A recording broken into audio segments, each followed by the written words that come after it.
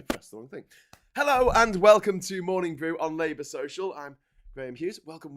It is Monday the 28th, I think, of August 2023. And what I wanted to talk about today is, what have the Tories ever done for us? Like, let's ask this question. I think this is worth asking. What do you think? What have the Tories ever done for us? The reason being, one of my friends put on a Facebook post a few days ago this statement, okay? So we're going to discuss it together and see what we can come up with. You'll have to pardon me as well. I do have a cold, so there might be a little bit of coughing in this show. You know, Bank Holiday Monday, not feeling so good, but I'm here for you. I'm here for you. Just checking the chat that I'm actually doing all right. Yeah. Okay. So just confining it to the 20th century or after. Although I have no problem going back further if that's the best you can do. What have the Tories ever done that's been enduringly good? The Liberals introduced the first state pensions. Labour did so much. Even the work of the wartime coalition on the domestic front was the responsibility of the Labour Deputy Prime Minister.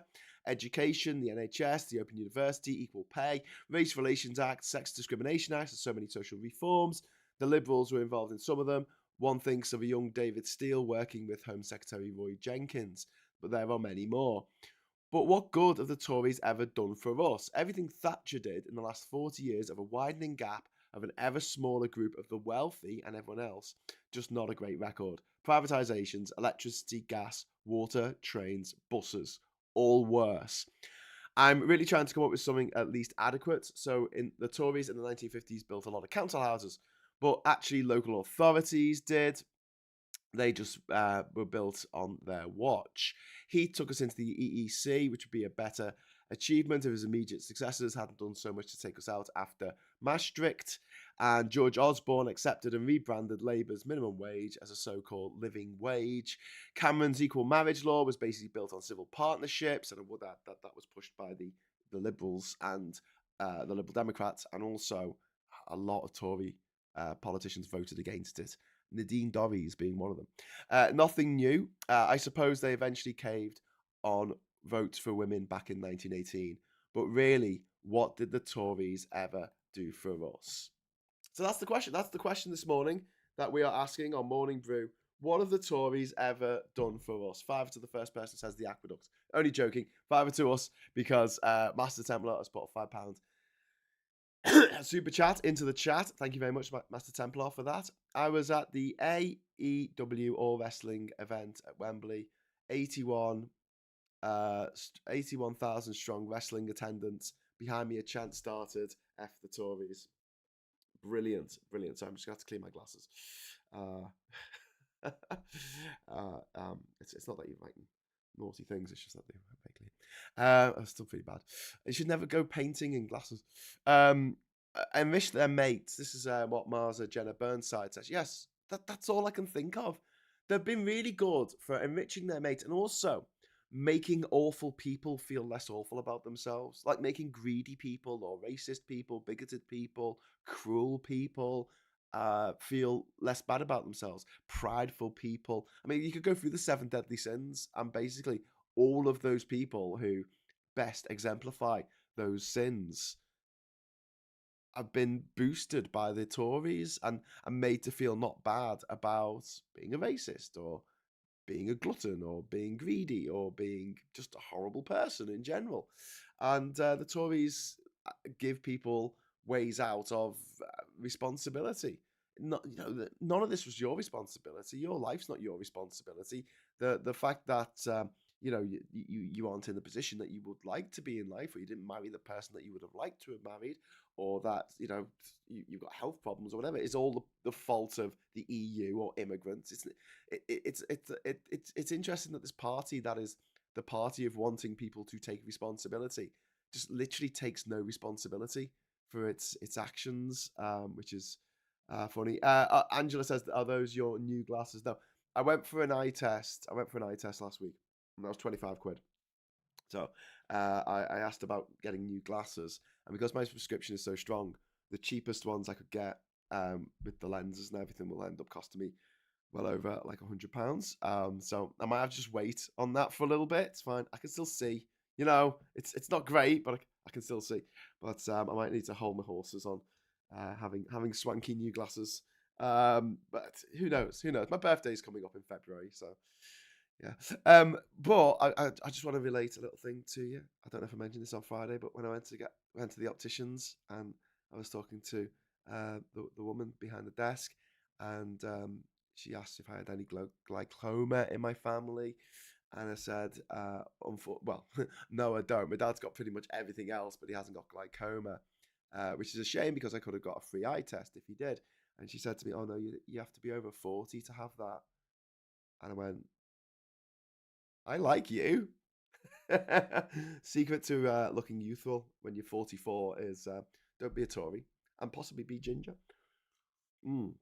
Isn't there something about the ginger gene? I read that this weekend. Mars and Jenna, yes, they become richer with Tories in power. So you've got this separation of the haves and have-nots, which the Tories just make even worse. Being 30p Lee, well, I don't know. I don't know if Neanderthal's going to get any positions after he's out on his ear as an MP. I mean, who would give him a platform? What I think he's going to do is he's going to leave the Tory party. There's a little prediction for you. I think he's going to leave the Tory party and he's going to go and join whatever UKIP is now, the Brexit Party, Refuka or whatever it's calling itself. He'll join up with Farage. I think he used to do stuff with Farage. I don't know, but there you go. Johnny Copperhead, thank you very much for the £10 super chat, mate. I first tried to enter the job market in '82 under Maggie. What a nightmare. None of the rest have been much better. In fact, weirdly, she was probably the best of a sick bunch. Yeah. I mean, there's been a bit of revisionism that's gone on with Thatcher. Just because you're right, she's better than what came after. She was awful, but at least she knew what she was doing. At least she understood um, the the the the ramifications of the hole in the ozone layer and of climate change, global warming. She could read a scientific paper. She had a degree in chemistry from Oxford. Don't like saying nice things about Thatcher because I'm from Liverpool. I don't know if that bars me from ever going back, but yeah, she made a speech in the 80s about climate change and having to lead the world and how Britain should lead the world on climate change, and no country gets to say, oh, but they're not doing anything, and point to another country as though that gets them out of it, out of their responsibilities. She talked about responsibility. But I was going to say earlier, it's funny that a party that is very much individualistic in its outlook, you make your own bed, you lie in it, um, as opposed to being collectivist. Left wing people, socialists generally are more collectivist. The fact that they are so individualist, but it's like individualism when it's successful, because what they do is if you're successful, it's because of you. Even if you were born to a very rich mummy and daddy. Do you remember talking about Lee Anderson? Remember a few months ago when he doxed a woman who worked for him on Twitter, and he said, "Oh, she gets £27,000 a year, and she saves money, and she's got holidays, and she spends X months on rent." Yeah, turned out that woman he was talking about who worked for him was privately educated at a school that cost over £11,000 a term. But yeah, she's doing all right. But then, so that's if you do well. But if you do badly, if your firm does badly or you do badly in life, it's never your fault. It's never the company's fault. It's never the Tories' fault if things go tits up. They take they take responsibility for their successors. That's individualized. But collectively, they blame all their ills on the collective. It's not my fault because of X, Y, Z. Because of the woke, the blob, the what they call the wokerati, the single mothers who are stealing all our benefits, the immigrants coming over here and taking our jobs and simultaneously claiming the doll. It's the EU's fault because they make us do these laws that we don't like having a law saying you can't dump loads of sewage in our rivers. I mean, how dare they? It's a bloody entitlement, that is. um, it's true. You don't look your age. Oh, thank you very much. It's good lighting in here. Phil says Lee has a fancy for being beaten by a dolphin in an election. I can't wait for that to happen. Yurash says, I think the problem of the current Tories is less not understanding consequences and more not caring about them as they won't be affected. And that's very true, Yurash. And I think this is a psychological thing, isn't it, with humans? There are people who have empathy. I like to think I have empathy. I'm not trying to brag. I just, when something bad happens, I have a tendency to put myself in that situation. And that's why I find it very difficult to read things about historical crimes and stuff like that. I don't mean just like individualistic crimes. I mean crimes that have been committed by empires, by the British Empire, by pirates or whatever, ISIS, because it lingers with me. But I think there's a good subset of the population who just suffer from this lack of empathy.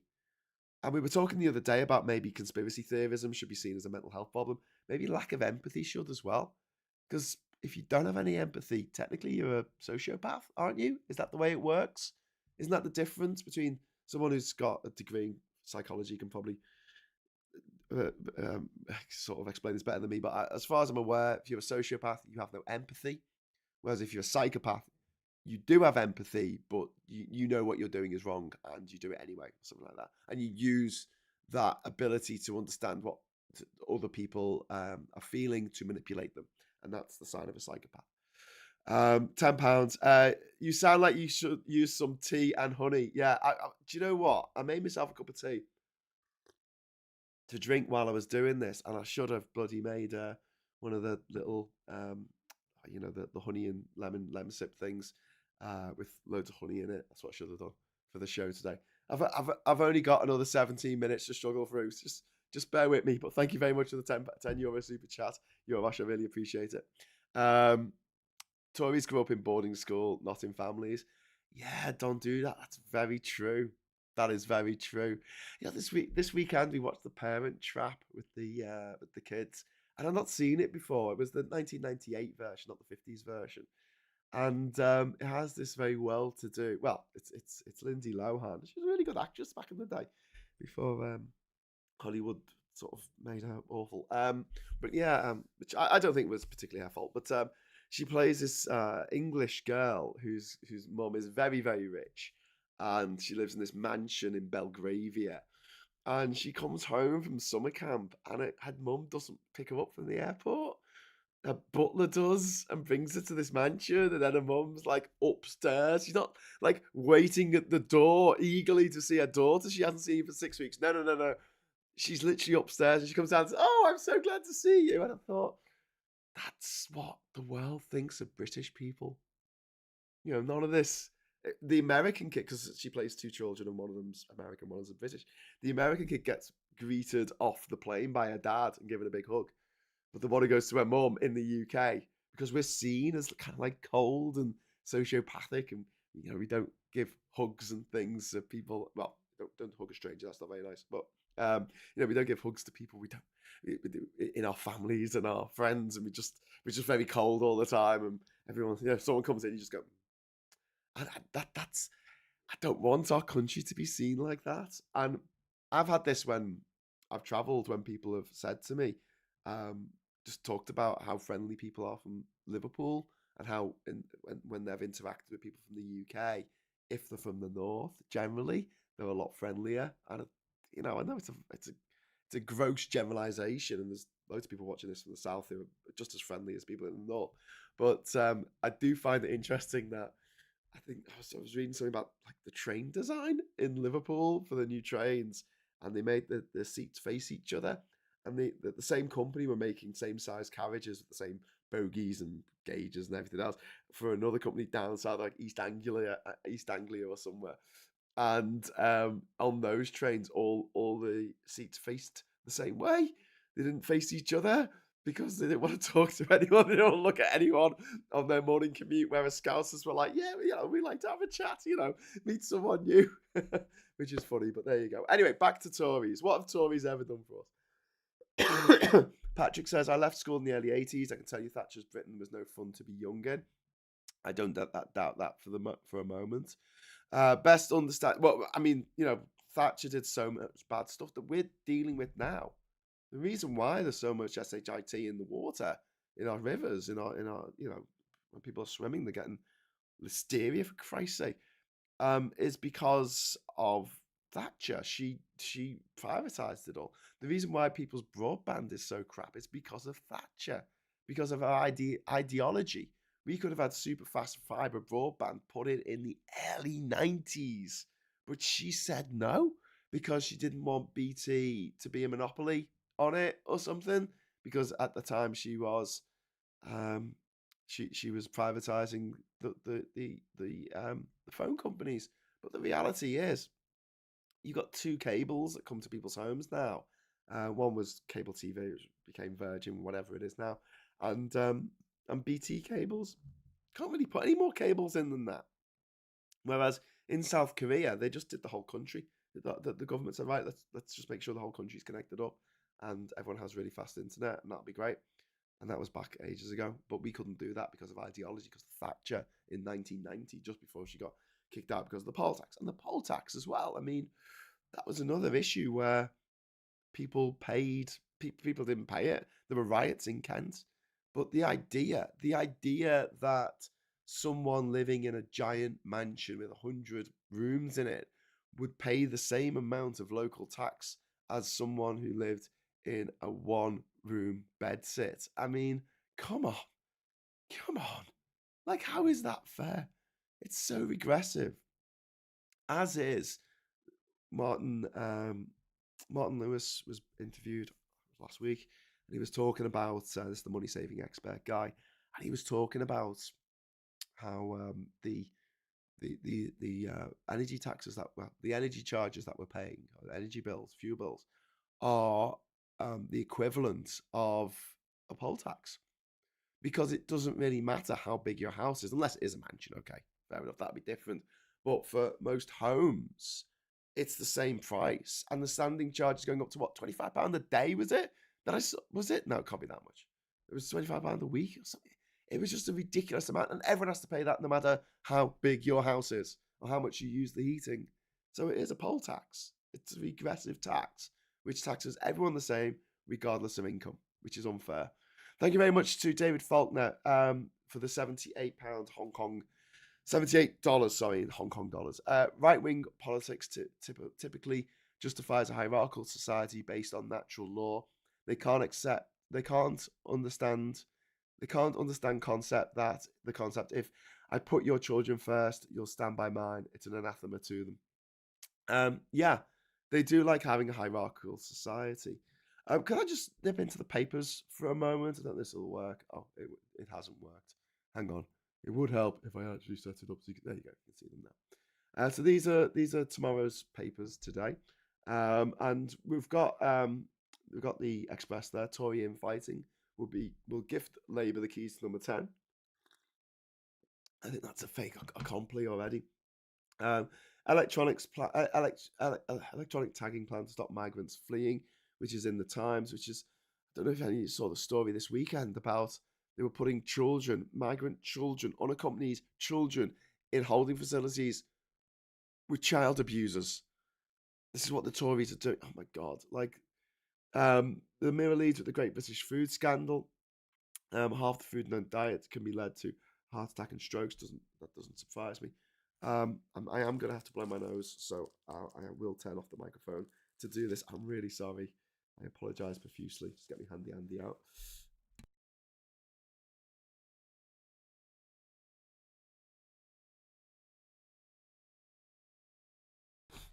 See that? If you're a proper news reporter, you can just cut to adverts or just go to a report or something, blow your nose. But when you're doing a half-hour live show, there's not much you can do. Has William forgiven his disgraced uncle? Is leading the Telegraph, but also Braidman saying the police must investigate every theft. God, she's gonna panic when she sees who's been in charge the last few years. And then the NHS is trying to raise women. This is to do with the mail, and everyone who reads the mail being a massive transphobe, probably. And then we've got the ultra processed food story that was in the Mirror. That's also in the Guardian. Financial Times leads with a story about China, and the Eye has about Tory big beast facing wipeout and next election as Doris opens up new splits, and the number 10 crackdown on the N word revelations, crackdown on racism after N word revelations. All government departments not warns all. Why would you have to do this? No, your company was regularly using the people working for your company were regularly using the N word. I mean, how would it? I just this country anyway. Oh God, sorry, I didn't mean to do that. But yeah, it just that's what's happening in the news according to the newspapers today. But one of the stories that isn't on there that I wanted to pick up on is this one about grammar schools. I don't know if you've seen it. I'll try and find it. There's been a study done that's shown that grammar schools don't offer any benefits compared with just normal schools. And I'm a bit sus about this. The reason why I'm a bit sus, here we go. English regions dominated by grammar schools do not improve grades, study says. So this is the story here. I'll shrink myself down. Bye. And then I'll change this for the right one. Oh, that's not the right one. Oh, there we go. That's what. Okay, so English regions dominated by grammar schools do not improve grades, study says. Pupils in grammar school areas experience little boost in results, while grades amongst brightest may actually be lower. And if you read the text, it's finding that basically there's no case for further expansion of grammar schools in England, and a strong argument for the dismantling of selective school systems that use 11 plus entry exams in areas such as Kent and Trafford. Now, the reason why I'm interested in this is because I don't necessarily have any love for grammar schools, but I do find it interesting that this study was performed in Durham University, where 38% of the intake are privately educated. This isn't a story about how much damage private schools do to the country, and I've gone on about it enough. I think they do a lot of damage to the nation. Sorry, I'm just going to get rid of the screen here because there's an advert flickering in my face. I hate that. I feel like there's a much bigger target to go after first, which is private schools. And it's interesting that they talk about grades in this about grammar schools. They don't talk about the societal impact, as in, is that a bad way of putting it? The connections people make at grammar schools.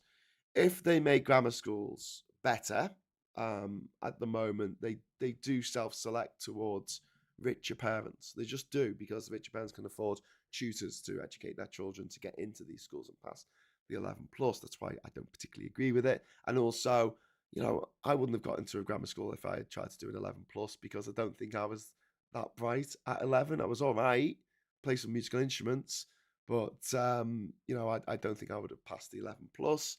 I didn't do that well in my GCSEs because I didn't really try. I did very well in my A levels, surprisingly well. I was actually predicted a C and two Ds, and I got two A's and a B, to the surprise of everybody, not least me. And I wasn't even planning to go to university. I got into Manchester on clearing on the day. Like, I was driven by my then girlfriend's mum to Manchester, knocked on the door of the politics department and said, "Can I go on your course, please?" And they're like, "Oh, we're already full. We're already full." I'm like, "Please." But yeah, so that's my story. But yeah, so if they had a way of making it fairer, so children who are bright from more deprived backgrounds can go to these schools, I'm actually fairly, I would like that. And not just because of the grades, but also because it means more mixing. And this is what I'm really interested in. And you could argue, yeah, basically throw everyone into the comp and be done with it. But doing it that way means you have the wealthy going to the private schools and everyone else going to the comp, and they never talk to each other. They're not friends with each other. Rishi Sunak famously has no working class friends. They don't fall in love. They don't get together. They don't get married. They don't have children together. You're creating a hierarchical society, which grammar schools, if done correctly, could go some way to addressing. Where you would have some kids who've got a lot with other kids who haven't. But then that's a case of having a look at the 11 plus, maybe scrapping it all together and having a think about how we work these schools in general. But calling for them to be absolutely gotten rid of, okay, can we get rid of private schools first? Because they do a lot more damage. A lot more they do a lot.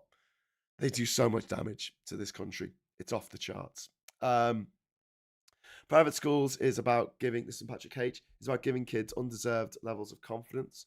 And the Old Boys Network, private school graduates get their jobs not on merit, but because daddy made a phone call. Gnome says, anyone interested, anyone who wants to drive that red effing bus is only interested in power, Tory or Tory light, both SHIT. Wrong side of history, pretending you're not the problem is the problem, think of the kids.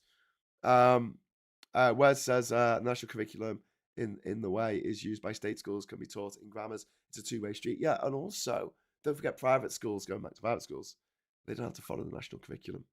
And they don't have to be inspected by Ofsted unless they want to be. And the head of Ofsted went to a private school. Just saying.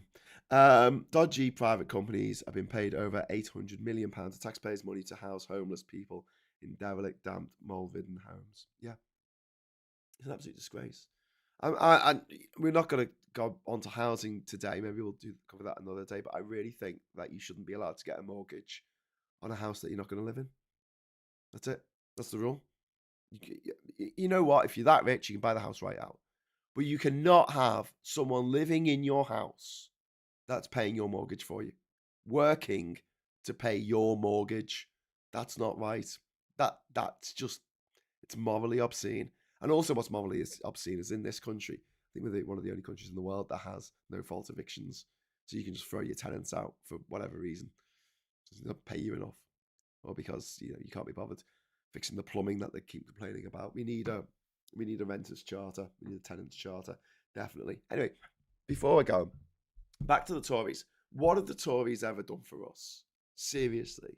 When I think about, we're talking about the phones in the 80s and the rivers and the trains. They ruined the trains. They did this in two waves.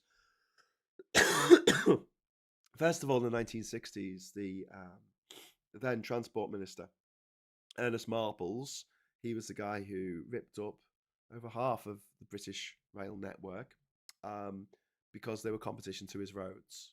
Seriously, I know that's the plot of Who Framed Roger Rabbit, but yeah, that's true. That's literally what he did.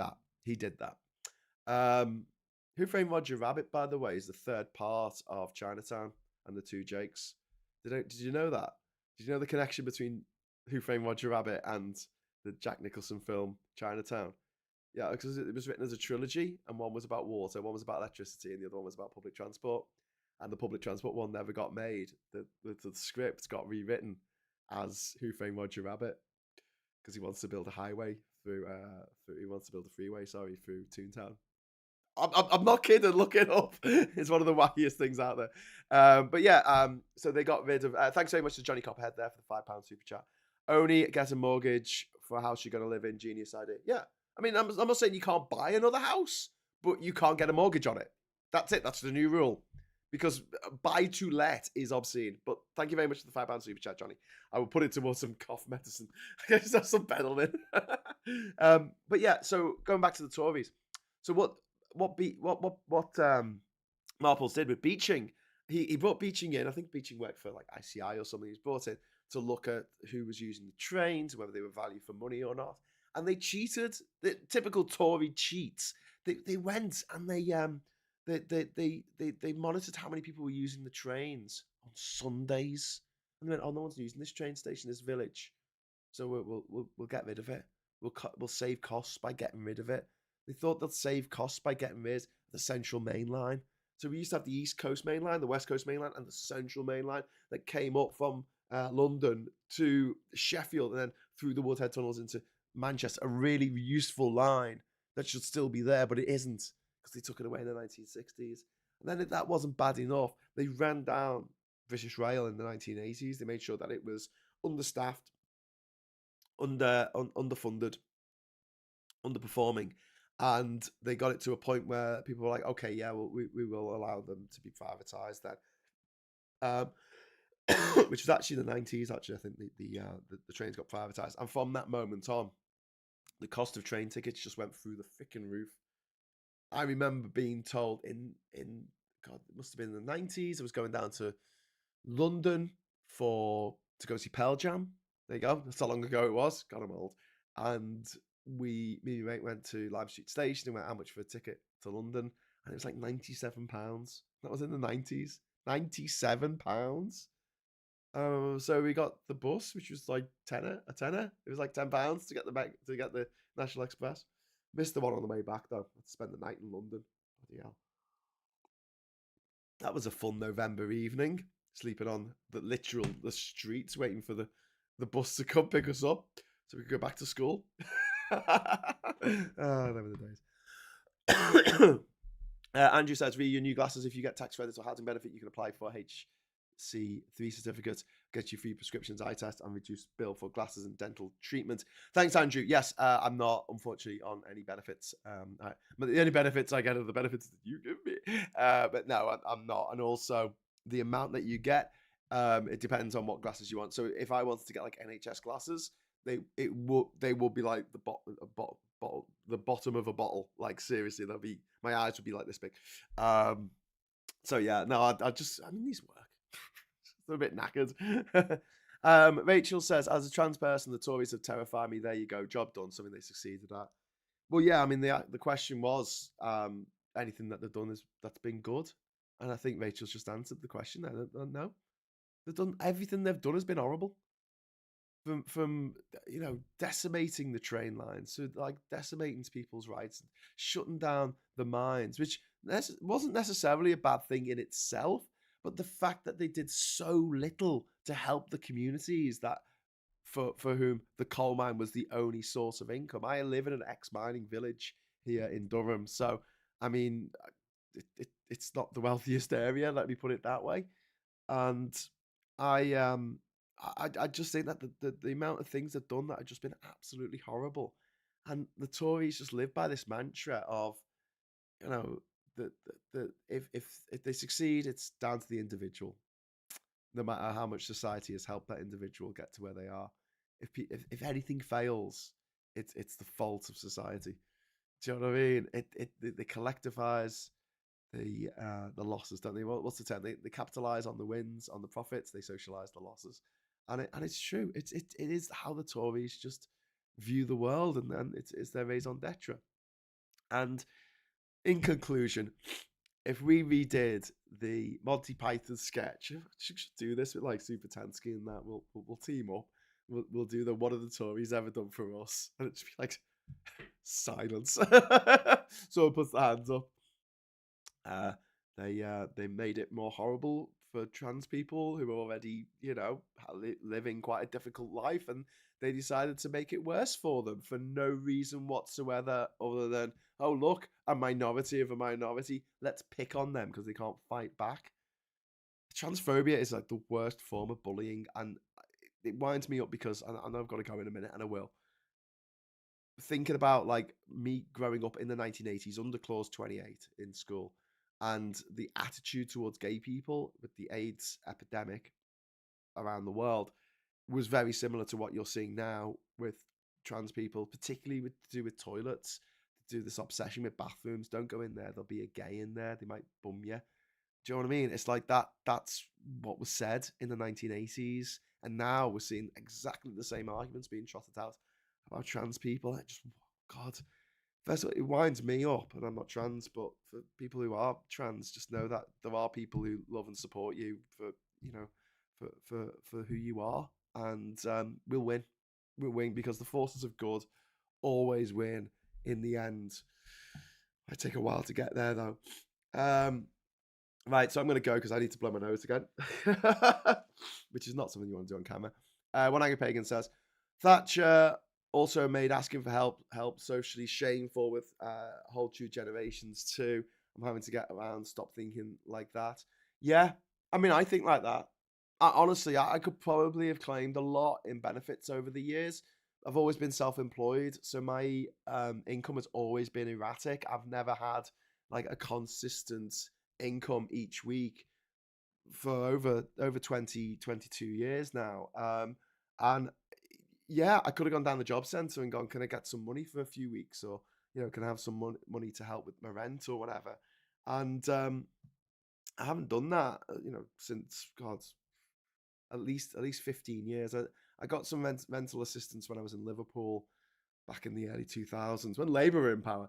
But aside from, I was like, I mean, it wasn't much, but yeah, and I feel bad just asking for money, and they do this to try and silence people like myself and like Supertansky and Madeleine Kay, EU Supergirl, and others, because they go, oh, you ask for money as super chats, you want people to become patrons and things. You're just doing that, you're just doing that to because you're a grifter, and you're like, am I not giving value for money here? Like, seriously, we are working. We are actually doing something. We're not just sitting on our asses all day playing PlayStation. So, I mean, I'd rather not. I'd rather make all the money from YouTube advertising. But until we grow this channel about tenfold, that ain't going to happen anytime soon. But yes, we're working on it. We're working on it. But yeah, that whole mentality, you're right, One Angry Pagan, that, oh, you just want free stuff. Whereas the people who are saying that, a lot of them were given a lot of free stuff the day they were born because they were born into immense wealth. So anyway, thank you very much for joining me on this slightly croaky episode of Morning Brew. I'll be back on Wednesday with another episode of Morning Brew at 9:30. Hopefully, the croakiness will be over by then. And what I'm going to start doing at some point this week, maybe next week, because it is still the summer holidays, and I'm having to tell the kids to be quiet for half an hour while I do this. Is after the show, I'm going to do Morning Brew Plus, which is just going to be for people who are on the Discord server. So if you come over onto the Labour Social Discord server, it would be we'll continue the conversation on, and it'll be more of a Zoom style conversation for people who are patrons or YouTube members of this channel. So that'll start. I'm hoping to start it this week, but it does depend on what we're doing, if we're going out with the kids or whatever. We're supposed to be going out at the moment to a National Trust property, and everyone's waiting for me to finish this episode so I can go with them. I'm just going to be blowing my nose the whole time. God, they're going to hate me. Thank you very much to Brian Ferguson. Hi, Graham. Hi, Graham's hat. Hello. Okay, so thanks for watching. Thanks for the super chats. Thanks for your wonderful comments. And until next time, I'll say hello, good evening, welcome, and goodbye.